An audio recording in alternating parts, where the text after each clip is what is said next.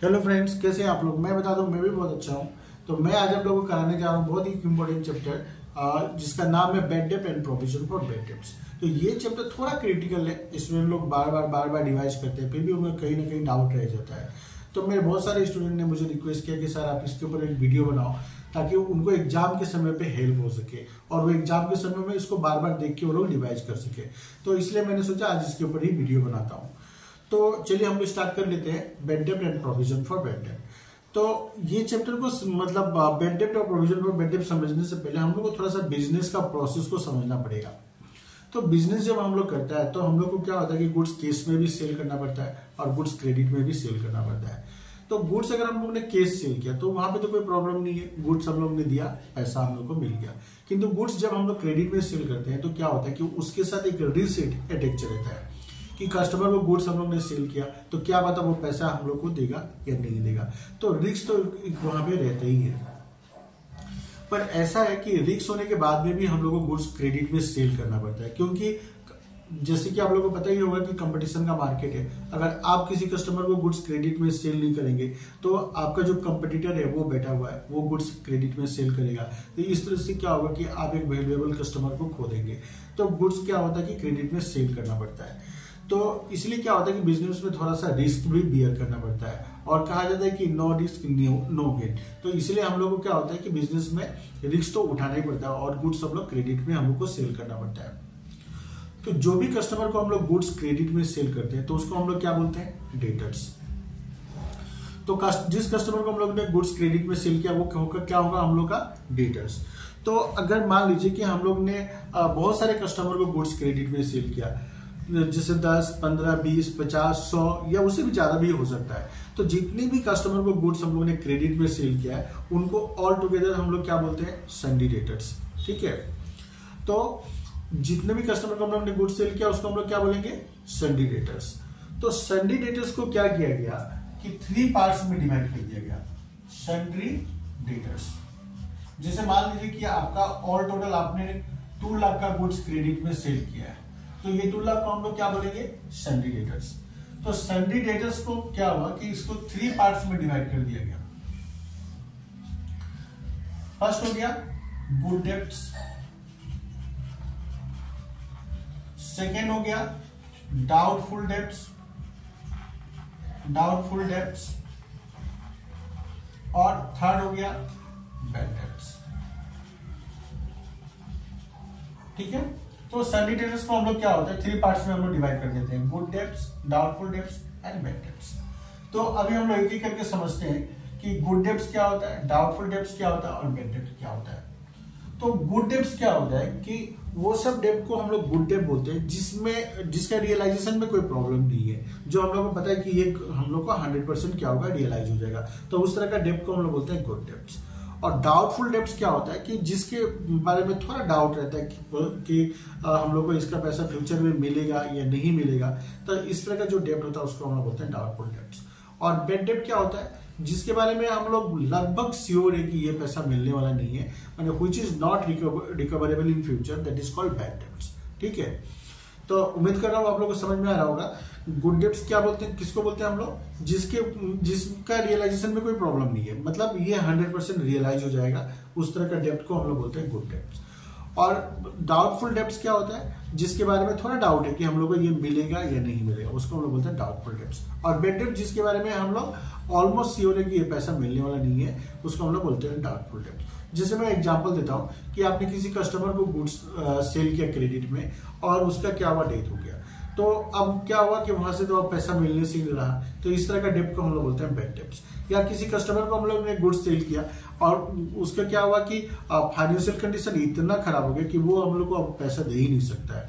ठीक है, तो इस तरह का डेब्ट को हम लोग क्या बोलते हैं, बैड डेब्ट्स बोलते हैं हम लोग। ठीक है, अब इसके बाद में हम लोग आ जाते हैं provision for doubtful debts. Provision for doubtful debts क्या होता है, डाउटफुल डेब्ट्स। ठीक है, तो आप लोग ने एक कंसेप्ट पढ़ा होगा, कंसेप्ट ऑफ कंजर्वेटिज्म।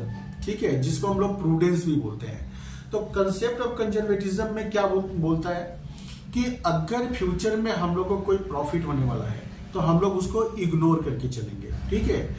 और अगर फ्यूचर में हम लोग को कोई लॉस होने वाला है तो उसको हम लोग क्या होगा, पहले से हम लोग प्रोविजन बना लेते हैं। तो मैंने क्या बोला, फिर से एक बार मैं रिपीट करता हूं कि कंसेप्ट ऑफ कंजर्वेटिज्म में बोला है कि फ्यूचर में अगर कुछ प्रॉफिट होने वाला है तो उसको आप इग्नोर करके चलो। प्रॉफिट जिस टाइम पे होगा उस टाइम पे हम लोग उसको रिकॉर्ड करेंगे, अभी आज के डेट में हम लोग उसको इग्नोर कर देंगे। किंतु फ्यूचर में अगर कुछ लॉस होने वाला है तो हम लोग को उसके लिए अभी से रेडी रहना है, और उसके लिए हम लोग को क्या करना है, एक अभी से प्रोविजन बना के रखना है, तो जिसको हम लोग बोलते हैं provision for doubtful debts.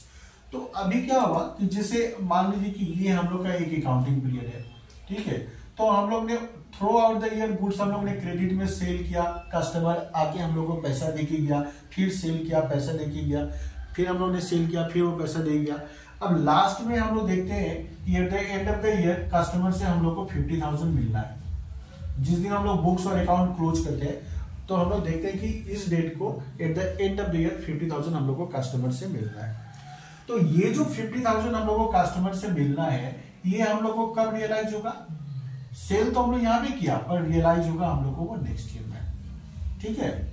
Cell हम लोग किया फर्स्ट ईयर में, पर रियलाइज होगा उसका कब? सेकेंड ईयर में। तो अब कहने का मतलब कि ये जो 50,000 का हम लोग को जो क्रेडिट हम लोग ने सेल करके रखा है और जिसका रियलाइज हम लोग को नेक्स्ट ईयर में होगा, तो क्या पता कि ये पूरा पैसा रियलाइज होगा कि नहीं होगा। हो सकता है कि इसमें से कुछ पैसा रियलाइज ना भी हो हम लोग को, ठीक है। पर आज के डेट में हम लोग यहाँ पे खड़े खड़े हम लोग कैसे बता सकते हैं कि हम लोग को कितना पैसा रियलाइज होगा और कितना पैसा रियलाइज नहीं होगा, ठीक है। पर इतना हम लोग को जरूर पता है कि इसमें से कुछ ना कुछ पैसा तो हम लोग को रियलाइज नहीं होगा, ठीक है। क्योंकि क्या होता है कि ये बिजनेस में ऐसा ही होता है कि जब भी हम लोग गुड्स क्रेडिट में सेल करते हैं तो पूरा 100% रियलाइज नहीं होता है। अगर आपने 50 कस्टमर को गुड्स अगर आप लोगों ने क्रेडिट में सेल किया है तो हो सकता है उसमें से 1-2 कस्टमर पैसा नहीं दे। तो जनरली ऐसे ही होता है कि 2-3 कस्टमर ऐसा निकल जाता है जो पैसा हम लोग को नहीं देते हैं। पर कौन कौन कस्टमर हम लोग को पैसा नहीं देगा हम लोग एडवांस में तो इसको हम लोग बता नहीं सकते हैं, पर इतना हम लोग को श्योर पता है कि इसमें से कुछ पैसा हम लोग को मिलने वाला नहीं है। तो ये क्या है कि फ्यूचर में होने वाला लॉस है, ठीक है। तो जिसके लिए हम लोग को क्या होता है कि हम लोग को अकाउंटिंग का रोल बोलता है कि हम लोग को अगर फ्यूचर में कुछ लॉस होने वाला है तो हम लोग को उसके लिए प्रोविजन क्रिएट करना पड़ेगा। तो हम लोग क्या करते हैं कि हम लोग यहाँ पे eight the end of the year हम लोग क्या करते हैं कि हम लोग एक प्रोविजन बनाते हैं कि कितना पैसा हम लोग को नहीं मिलेगा। तो अब ये कैसे पता चलेगा कि कितना पैसा नहीं मिलेगा? तो हम लोग क्या करते हैं कि on the basis of past experience कि हम लोग पता करते हैं कि कितना पैसा हम लोग को नहीं मिल सकता है। जैसे मान लीजिए कि इससे भी पहले साल में मान लीजिए कि हम लोग ने 1 लाख का गुड सेल किया था, 1 लाख का हम लोग का वो क्रेडिट सेल था। तो जिसका 10% 10,000 हम लोग का रियलाइज नहीं हुआ, 10% हम लोग को रियलाइज नहीं हुआ। 1 लाख का क्रेडिट सेल था जिसमें से क्या हुआ कि हम लोग को नेक्स्ट ईयर में यहाँ पे आके 90,000 ही रियलाइज हुआ, 10,000 रियलाइज नहीं हुआ। इसका मतलब कि टोटल डेटर्स का 10% हम लोग को रियलाइज नहीं हुआ। तो हम लोग यहाँ पे भी उसी तरह से एक क्या होता है कि एस्टिमेट कर लेते हैं कि इस साल का हम लोग का क्रेडिट सेल है 50,000 जो नेक्स्ट ईयर मिलने वाला है, तो उसका 10% मतलब 5,000 हम लोग को नहीं मिल सकता है। तो इसको हम लोग बोलते हैं प्रोविजन फॉर डाउटफुल डेट्स, ठीक है। तो फ्यूचर में हम लोग को ये 50,000 जो मिलने वाला है उसका 10% हम लोग को मतलब 5,000 नहीं मिल सकता है। तो उसके लिए हम लोग क्या होता है कि 5,000 का एक हम लोग प्रोविजन बना लेते हैं जिसको हम लोग बोलते हैं प्रोविजन फॉर डाउटफुल डेट्स, ठीक है।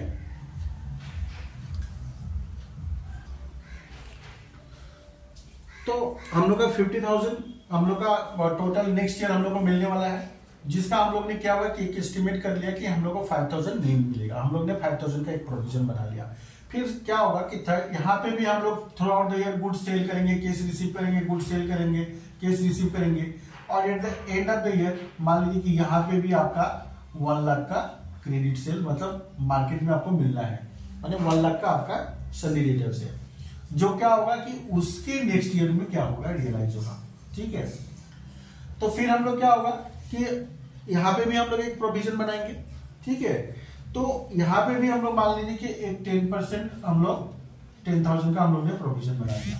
तो एक प्रोविजन 5,000 का तो पहले से बना हुआ था, फिर हम लोग क्या होगा कि सेकेंड ईयर में हम लोग एक और हम लोग 10,000 का प्रोविजन बनाएंगे। तो इस तरह से क्या होगा कि सेकेंड ईयर में जाके हम लोग के पास में 2 प्रोविजन हो जाएगा। तो इसलिए हम लोग क्या करते हैं कि एवरी ईयर एक नया प्रोविजन बनाते हैं और पुराने वाले प्रोविजन को हम लोग क्या करते हैं, एडजस्ट कर देते हैं। ठीक है, तो ये हो जाएगा हम लोग का न्यू प्रोविजन, और ये हो गया हम लोग का जो लास्ट ईयर हम लोग ने जो प्रोविजन बनाया था हम लोग ने, उसको हम लोग क्या बोलेंगे, ओल्ड प्रोविजन। तो प्रोविजन जो हम लोग बनाते हैं, it is a continuous process and we have to make provision every year.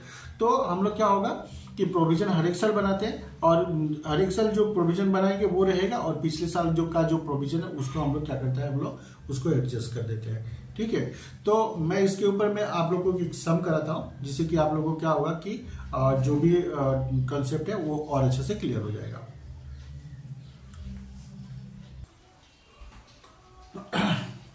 तो आप लोग बोर्ड पे ध्यान दीजिएगा। मैंने एक क्वेश्चन ले लिया है, तो पहले हम लोग क्वेश्चन को अच्छे से पढ़ लेते हैं, फिर इसके बाद में हम लोग इसका सोल्व करेंगे। तो following is the extract from the trial balance paper form. तो ट्रायल बैलेंस से क्या हुआ कि कुछ इंफॉर्मेशन हम लोग को यहाँ पे निकाल के दिया हुआ है, जो हम लोग को प्रोविजन फॉर बैड डेट और बैड डेट से रिलेटेड है। तो सन्नी डेटर हम लोग को दिया 1 lakh, provision for doubtful debt दिया 10,000 और बैड डेट दिया है 5,000। तो हम लोग का टोटल सन्नी डेटर्स में मार्केट में हम लोग को टोटल कितना रुपया मिल रहा है, 1 lakh. Provision for doubtful debts मतलब लास्ट ईयर हम लोग ने कितना प्रोविजन बनाया था, 10,000 का, और बैड डेट हम लोग का कितना है, 5,000। उसका नीचे दिया है additional information, further bad debt 3,000। तो ये फर्दर बैड डेट क्या होता है कि ये जो बैड डेट है ये 5,000 ये तो ड्यूरिंग द ईयर हो चुका है ऑलरेडी, और ट्रायल बैलेंस बनाने के बाद हम लोग को पता चला कि 3,000 और बैड डेट हो गया, तो इसको हम लोग बोलते हैं फर्दर बैड डेट। और keep the provision for doubtful debt eight the rate of 10% on debtors. ठीक है, और हम लोग को इस साल का जो डेटर है उसके ऊपर में हम लोग को कितना प्रोविजन बनाना है, 10%। ठीक है, तो सनी डेटर्स दिया 1 lakh, provision for doubtful debt मतलब लास्ट ईयर का प्रोविजन दिया हुआ है 10,000, बेड डेट हम लोग का कितना दिया हुआ है 5,000, during the year bed debt हम लोग का कितना हुआ था 5,000, और फर्दर बेड डेट मतलब after closing the trial balance further bad date कितना है 3,000, और इस साल हम लोग को प्रोविजन कितना करने के लिए बोल रहा है, डेटर्स का 10%। तो अब देखिए क्वेश्चन का डिमांड क्या है, क्वेश्चन में हम लोग से पूछ क्या रहा है। तो सबसे पहले हम लोग से क्या बोला करने के लिए, पास द नेसेसरी जर्नल एंट्रीज, हम लोग को जर्नल एंट्रीज करना है।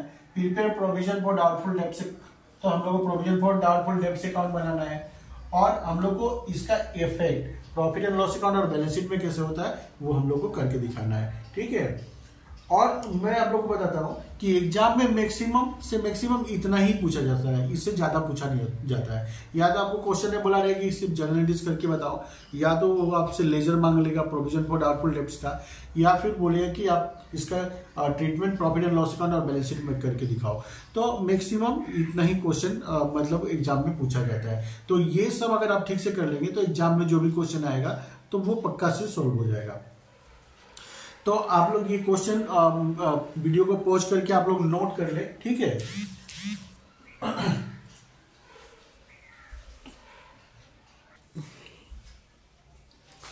तो सबसे पहले हम लोग से क्वेश्चन में क्या मांगा है, जर्नल एंट्री। तो journal entries,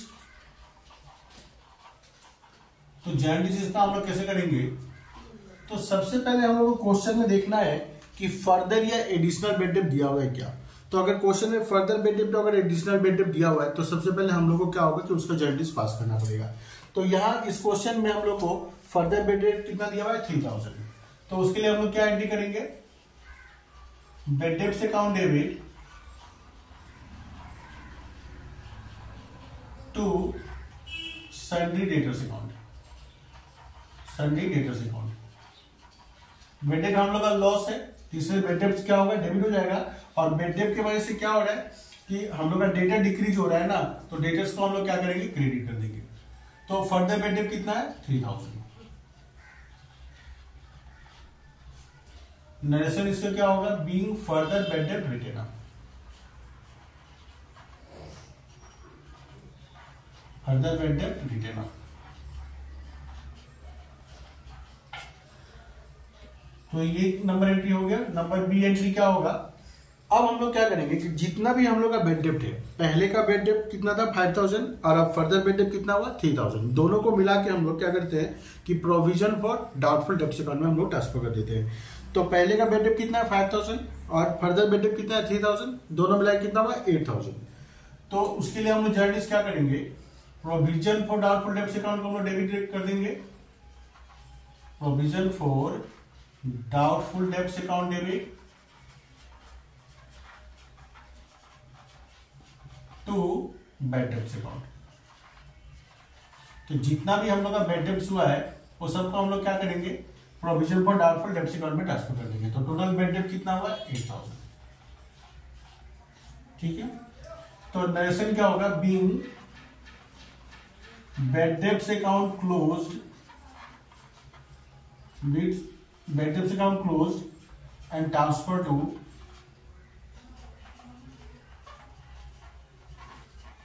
provision for doubtful debts short form में लिख देते हैं पीडीडी अकाउंट।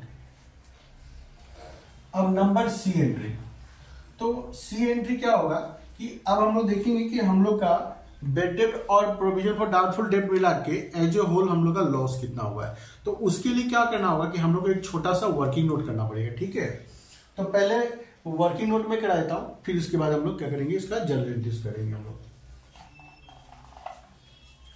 तो आप लोग एक जनरल एंट्री लिखने के लिए स्पेस छोड़ देना, फिर बाद में वर्किंग नोट करना। तो working note, calculation of amount,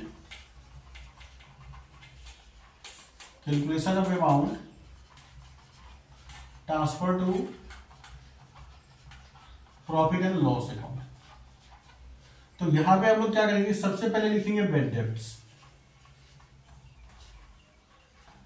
bed debts कितना था हम लोग का 5000।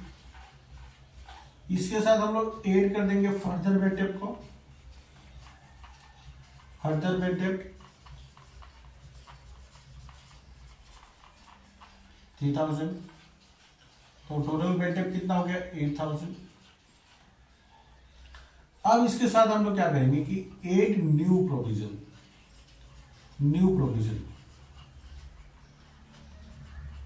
तो न्यू प्रोविजन हम लोग को कितना करना है, तो एडिशनल इंफॉर्मेशन में दिया हुआ है ना कि keep the provision for bad डेप्ट at the rate of 10% of debtors.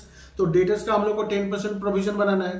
तो डेटर्स हम लोग का है कितना, तो डेटर्स हम लोग का क्वेश्चन में दिया है 1 लाख, किंतु हम लोग क्या करेंगे कि 1 लाख से पहले ये फर्दर बेड डेप्ट को हम लोग माइनस कर देंगे। माइनस करने के बाद जो रिमेनिंग डेटर होगा उसका हम लोग को प्रोविजन बनाना है। तो 1 लाख से हम लोग क्या होगा कि 3000 को माइनस कर देंगे, तो 10% ऑफ 1 लाख माइनस 3000 जो फर्दर बेड डेप्ट है, फर्दर बेड डेप्ट को माइनस कर देंगे। माइनस करने के बाद जो बचेगा उसके ऊपर में प्रोविजन बनाना है। तो दोनों को माइनस करने से कितना होगा 97,000, 97,000 का 10% कितना होता है 9,700।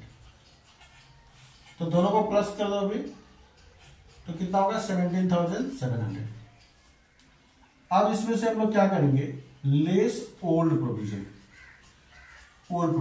तो लास्ट ईयर जो हम लोग प्रोविजन बना के रखा है 10,000 का, उसको हम लोग क्या करेंगे माइनस कर देंगे। तो कितना होगा 7,700। तो ये अमाउंट हम लोग का क्या है, लॉस है, और ये चला जाएगा प्रॉफिट एंड लॉस अकाउंट में। तो मैंने इसको कैसे किया, मैं एक बार फिर से बता देता हूं। पहले जो बेड डेप्ट जो ट्रायल बैलेंस के अंदर दिया हुआ वो लेना है, फिर फर्दर बेड डेप्ट या एडिशनल बेड डेप्ट जो एडिशनल इंफॉर्मेशन में दिया हुआ है वो लेंगे, दोनों को प्लस कर देंगे। मतलब हम लोग का टोटल बेड डेप्ट कितना हुआ 8000 का बेड डेप्ट हो गया। उसके बाद हम लोग को 10% हम लोग को प्रोविजन करना है जो डेटर से, तो डेटर है 1 लाख, जिसमें से फर्दर बेड डेप्ट 3000 को माइनस कर देंगे, तो बच गया कितना 97,000। तो 97,000 का 10% कितना होता है 9,700। दोनों को प्लस कर दिया तो 17,700 आ गया। उसमें से हम लोग और प्रोविजन माइनस कर दिया, तो ये हो गया हम लोग का 7,700। तो इसको मैं एक बार और दूसरे वर्ड में मैं समझा रहा हूं कि हम लोग का 8,000 तो बेड डेप्ट हो चुका है, इतना तो लॉस हम लोग का कॉन्फर्म है कि ये नहीं मिलने वाला है। और जो डेटर है हम लोग का जो 97,000 का रह गया, उसका 9,700 क्या है, डाउटफुल है कि मिल भी सकता है नहीं भी मिल सकता है। तो हम लोग क्या करते हैं कि उसको भी एक बार अपना लॉस मान लेते हैं। तो तो 9,007 तो 8,000 तो श्योर है कि नहीं मिलेगा, और 9,700 डाउटफुल है कि मिलेगा कि नहीं मिलेगा। तो इसका मतलब हो गया कि टोटल 17,700 हम लोग का लॉस होने का चांसेस है, ठीक है। पर हम लोग ने 10,000 का प्रोविजन पहले से बना के रखा है, तो 10,000 का जो हम लोग प्रोविजन हम लोग बना के रखा है, मैंने हम लोग ये 10,000 तक की लॉस के लिए हम लोग पहले से ही रेडी थे। तो ये 10,000 को हम लोग माइनस कर देंगे, तो जो बच गया 7,700, इसको ही हम लोग क्या होगा, ये हम लोग का एक्चुअल लॉस होगा, और ये अमाउंट चला जाएगा प्रॉफिट एंड लॉस अकाउंट में। तो इसका हम लोग जर्नल एंट्री हम लोग कैसे करेंगे, तो इसको आप लोग नोट डाउन कर लेना, ठीक है।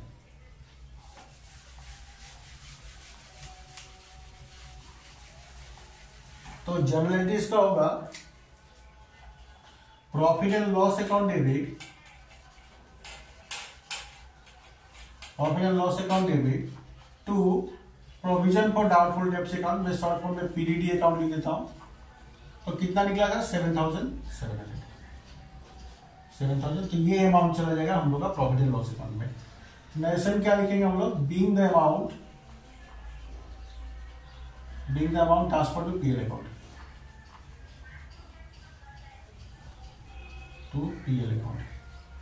ठीक है। तो नंबर 1 में हम लोग से क्या डिमांड किया था क्वेश्चन ने, पास द जर्नल एंट्रीज, तो हम लोग ने ये जर्नल एंट्रीज वाला काम हम लोग कर लिया। तो अब नेक्स्ट क्वेश्चन में क्या बोला करने के लिए कि prepare provision for doubtful debts account. तो provision for doubtful debts account कैसे बनाते हैं, तो वो अभी हम लोग सीखेंगे।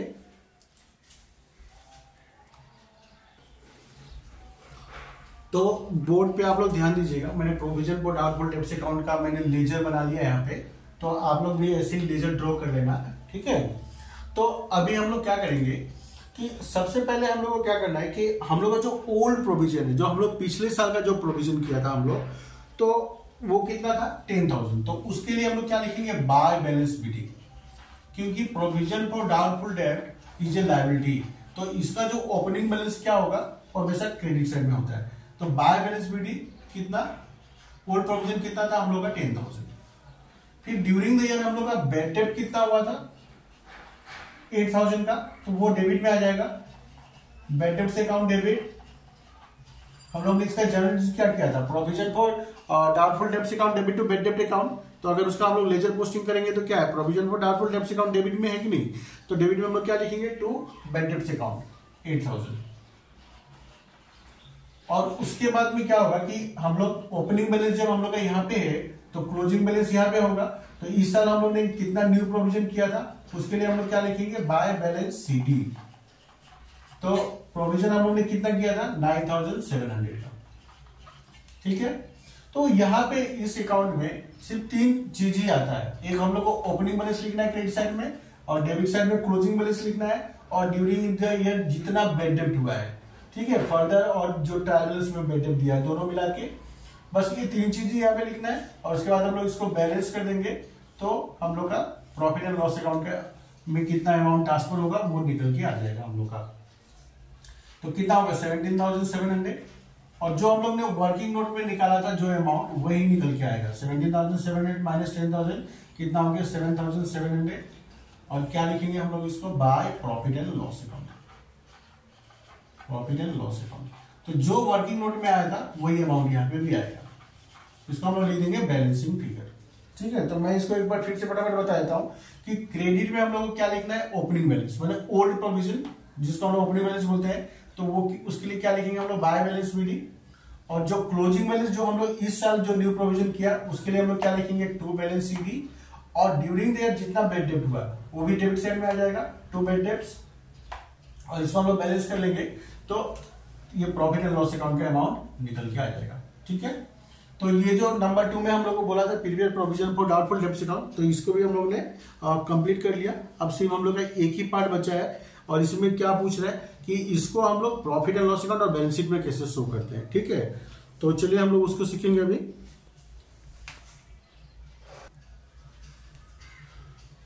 तो थर्ड पार्ट में क्वेश्चन में हम लोग से क्या पूछा था कि इसका इफेक्ट हम लोग को प्रॉफिट एंड लॉस अकाउंट और बैलेंस शीट में हम लोग कैसे दिखाएंगे।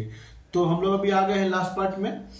तो प्रॉफिट एंड लॉस अकाउंट में हम लोग इसको कैसे ट्रीटमेंट करेंगे, तो यकीन मानिए प्रॉफिट एंड लॉस अकाउंट में कुछ भी नहीं करना है। जो हम लोग ने वर्किंग नोट में किया था ना, बस उसी को यहाँ पे क्या करना है, थोड़ा सा हम लोग को इज्जत के साथ में कर देना है। वहां पे हम लोग ऐसे खुला में कर लिया था वर्किंग नोट, यहाँ पे हम लोग क्या करेंगे, प्रॉफिट एंड लॉस अकाउंट का फॉर्मेट बकायदे बना के हम लोग वहां पे कर लेंगे। बस वो वही सेम टू सेम, मतलब वो जो वर्किंग नोट था वही यहाँ पे उठा के रख देना है, मतलब कॉपी पेस्ट कर देना है हम लोग को।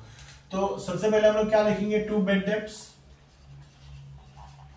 बेड डेब्ट्स हम लोग का ट्रायल बैलेंस में कितना दिया हुआ, 5000। इसके साथ हम लोग ऐड कर देंगे फर्दर बेड डेब्ट,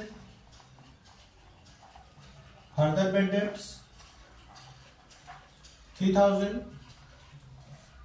तो कितना आ गया 8000। अब इसके साथ हम लोग न्यू प्रोविजन कोई ऐड कर देंगे, न्यू प्रोविजन बेड डेब्ट, क्योंकि लॉस है इसलिए हम लोग प्रॉफिट एंड लॉस अकाउंट के डेबिट साइड में हम लोग दिखाता है। तो न्यू प्रोविजन हम लोग ने कितना किया था, 9700 का, दोनों को प्लस कर देंगे, कितना आ गया 17700 लेस ओल्ड प्रोविजन। तो वही चीज को हम लोग यहाँ पे रिपीट कर रहे हैं। तो अगर प्रॉफिट एंड लॉस अकाउंट में शो करने के लिए बोलेगा तो बस वही वर्किंग नोट को हम लोग को उठा के यहाँ पे रख देना है। तो 10000 माइनस कर देंगे, ये आ गया 7700, बस इतना ही है और यहाँ पे कुछ नहीं है। अब इसका हम लोग बैलेंस शीट में कैसे हम लोग दिखाएंगे उसको हम लोग, तो क्योंकि सन्डी डेटर हम लोग का क्या है, एसेट है, तो इसलिए हम लोग क्या होगा, इसको एसेट साइड में हम लोग दिखाएंगे सन्डी डेटर्स।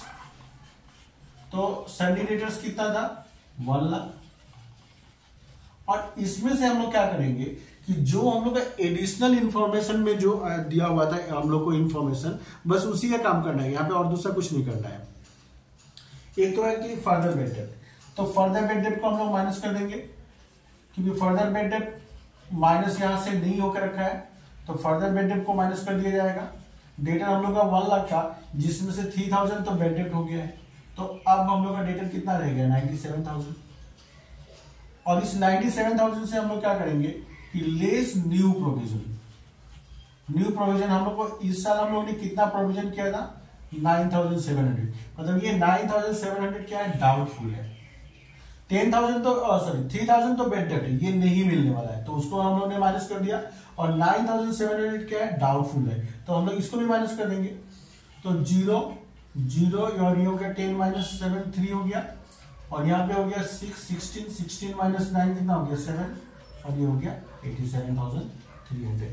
ठीक है, तो 0 0 यहाँ पे 10 माइनस 7 3, और यहाँ पे हो गया 16 16 माइनस 9 हो गया 7, और ये हो गया 87,300। तो ये जो 87,300 है, इसको हम लोग क्या बोलेंगे, this is our good debts. Okay, तो इसको हम लोग क्या बोलेंगे, गुड डेब्ट्स। तो हम लोग को बैलेंस शीट में क्या है, बैलेंस शीट हम लोग क्यों बनाता है, to know the financial position of the business, कि हम लोग का बिजनेस का जो करेक्ट फाइनेंशियल पोजीशन है या ट्रू फाइनेंशियल पोजीशन है वो क्या है। तो हम लोग का debtor 1 lakh no doubt market में मिलना है, पर कहने का मतलब कि उसमें से 3000 तो ऑलरेडी बेड हो गया है, तो इसको हम लोग को उसमें शो करके क्या फायदा है, तो इसलिए हम लोग इसको माइनस कर देंगे। साथ में 9700 क्या है, डाउटफुल है, तो इसको भी यहाँ पे रखने का कोई मतलब नहीं है, तो इसको भी हम लोग माइनस कर देंगे। तो 87,300 क्या है कि गुड डेट है, और इसमें हम लोग को कोई डाउट नहीं है सॉरी, ये क्या होगा, हम लोग को फुल्ली रियलाइज हो जाएगा। ठीक है, तो ये था हम लोग का treatment in profit and loss account and balance sheet. तो उम्मीद करता हूँ आप लोग को ये वीडियो पसंद आया होगा, और मैंने जो अपने से कोशिश किया आप लोग को अच्छा से समझाने के लिए, तो आप लोग को समझ में आया होगा। तो अगर मेरा वीडियो आप लोग को पसंद आया होगा तो जरूर से लाइक कमेंट शेयर करें इसको, और मेरे चैनल पे आप अगर आप नए हैं तो जरूर से जरूर मेरे चैनल को आप सब्सक्राइब करें। ठीक है, क्योंकि मैं इस तरह का और इन्फॉर्मेटिव वीडियो बनाते रहता हूँ। ठीक है, और आगे आप लोग को कौन सा चैप्टर में डाउट है और किस चैप्टर में मुझे वीडियो बनाना चाहिए, तो मुझे जरूर आप कमेंट में बताएं, तो नेक्स्ट मैं वही चैप्टर का वीडियो आप लोग के सामने बना के लेके आऊंगा। ठीक है, तो जिस चैप्टर का डिमांड सबसे ज्यादा आएगा मैं नेक्स्ट उसी के ऊपर में वीडियो बनाऊंगा। ठीक है, तो मिलते हैं हम लोग नेक्स्ट वीडियो में, तब तक के लिए बाय बाय।